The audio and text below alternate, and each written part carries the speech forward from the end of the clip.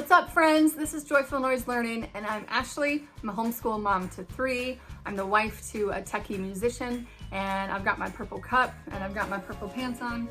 Let's talk about the good and the beautiful pre-K.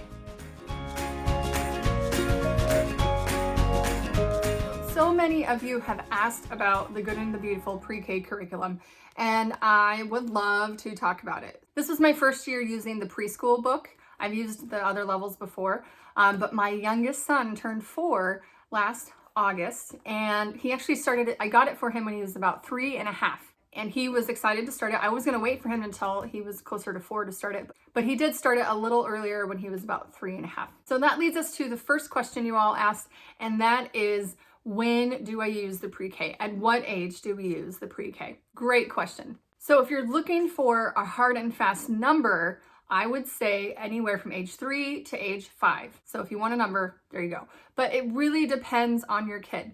Like I said, he was about 3.5 when he started, but he really got a groove with it when he was about his whole year of being 4 was when he did most of it. And he did a great job, and he actually loved it. He asked to do it, and we went through just at a really good, smooth rate.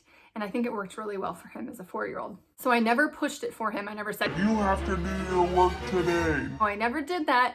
I tried very hard to just make it a consistent, normal thing that we did. And there were many days where he's like, okay, he'd run and grab his book, go sit on the couch and be ready to go. Other days I could tell it wasn't gonna be happening that day. For me, I tried to do it anywhere from 2 to 4 days a week with him, and that worked out really well. Oh, and how long do the lessons take? For us, we kept it short and sweet, anywhere from 10 to maybe 15 minutes max.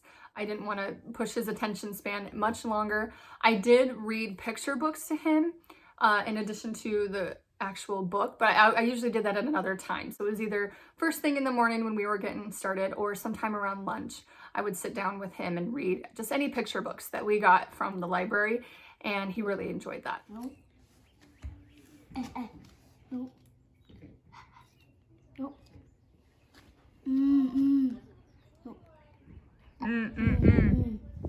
There's the turtle. No. That and the dog.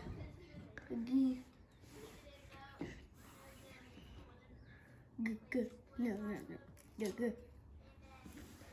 What's that? Good.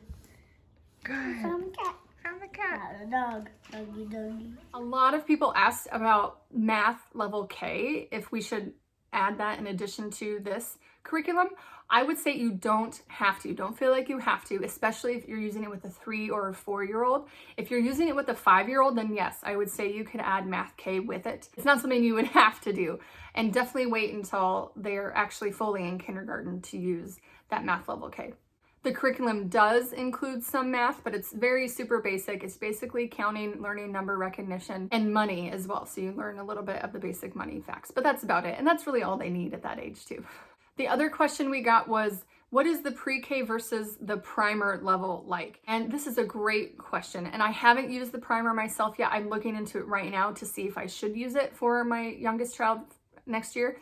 But I would say that it is definitely a higher level. You do a lot of the same things similarly, but it's definitely for a nice prep for kindergarten level. And I looked at the kindergarten level as well, and there's definitely a jump there from the pre-K book to the kindergarten level. So I think the primer is important to use. That would definitely be great for a 5 or a 6-year-old is what I would say, or an advanced reader who's a 4-year-old. So it definitely could work for a 4-year-old too. But again, teaching how to read is not something you want to push. You want to take it nice and slow and light, and you want to make it fun and not something that the kids have to do, because that's going to set you up for failure as they get older and they learn to actually read. And so just keep it light and fun. So the pre-K book goes over the letter sounds and what the letters look like. It goes over the numbers and what the numbers look like. But in the primer book, it actually starts putting those letters together and starts teaching them putting the letters together to read into words. So there is a big difference. The pre-K book doesn't do that.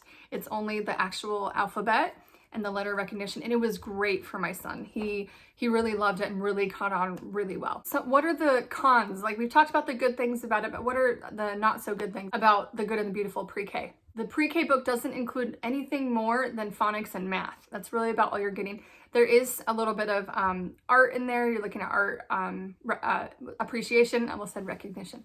Art appreciation in there and talking about good and the beautiful things, but there isn't any necessarily Bible memory included in it. So if you want to add Bible memory verses, you're going to have to supplement with that, which I did already with my big kids, or any Bible stories or any scripture studies like that.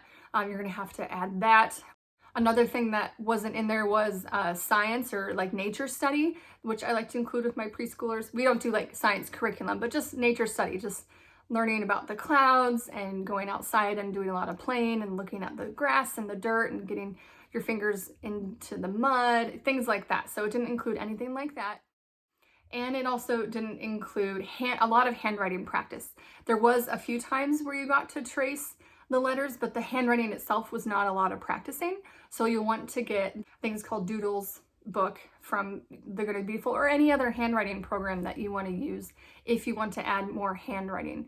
So overall, I felt like this was a great, simple, easy curriculum to use for my youngest child. I have 2 other older kids. So with my oldest child and even my middle child, when I did preschool with them, they had something a little more in depth that covered a whole lot more things, including Bible and things like that. Because this was my 3rd child and I had to teach 2 other kids, I wanted something open and go, simple, fun, and short and sweet. And this was definitely that. And I was so proud of him for all that he was able to learn from just this simple book. So like I said, he was able to get his Bible time and his catechism memory and his scripture memory and poetry and all that from my time with my older kids that I do all 3 of them together. He was able to get that, but it wasn't included in the pre-K workbook. So I would definitely recommend it for a family who has older kids that they need something for their younger preschooler. I definitely recommend it for that reason. I could recommend it for a family who's using it for their oldest child. I just know there's some other preschool programs out there that are a little bit better for if you're just teaching one child, then there's so many things I can recommend for that. But if you really are in a season where you need something simple, like maybe you have a newborn or you're in the middle of a move or something like that, then definitely you could use this if this is your only child that you're teaching as well. So in conclusion, this is definitely great for even a first-year homeschooling family that needs a safety net of what the heck do I do for teaching. It's very simple and easy to follow. So yes, I definitely highly recommend this. So before I go, I did want to share with you the few things that I did use to supplement and go along with The Good and the Beautiful with my 4-year-old. Oh, I didn't show you these yet. They had flip books and he loved these. You got to flip and match the animal with the letters and the sound. And the way we did this one was once he flipped it over and found the right letters, hold on. Here's how I did it with my son. Big U, and then he would say big U. Little U, umbrella, and we say the word. So yep, that's how we use those. And the other thing I did, I've done this with all 3 of my kids, and we did a calendar binder. And in here, I printed off calendar pages for each of the months of the year. And then he would fill in the days. And then we had the weather page, and he'd fill in the weather for that day. And as you can see, he just loved to draw on it. He didn't always write it, but he got to practice writing his numbers, and he got to learn about months and seasons and all that. That was our calendar binder that we would do in the morning all together when we all did Bible time together. And then lastly, the other supplement I had was this Stamp and See kit from Handwriting Without Tears. So you have these letter cards, and then you have this like Magna Doodle where you practice writing. So I got this online secondhand, and he loved using it. See, we trace it there. Boom. So this was a great tool. So there you have it. If you have any other questions about The Good and the Beautiful Pre-K, let me know in the comments below.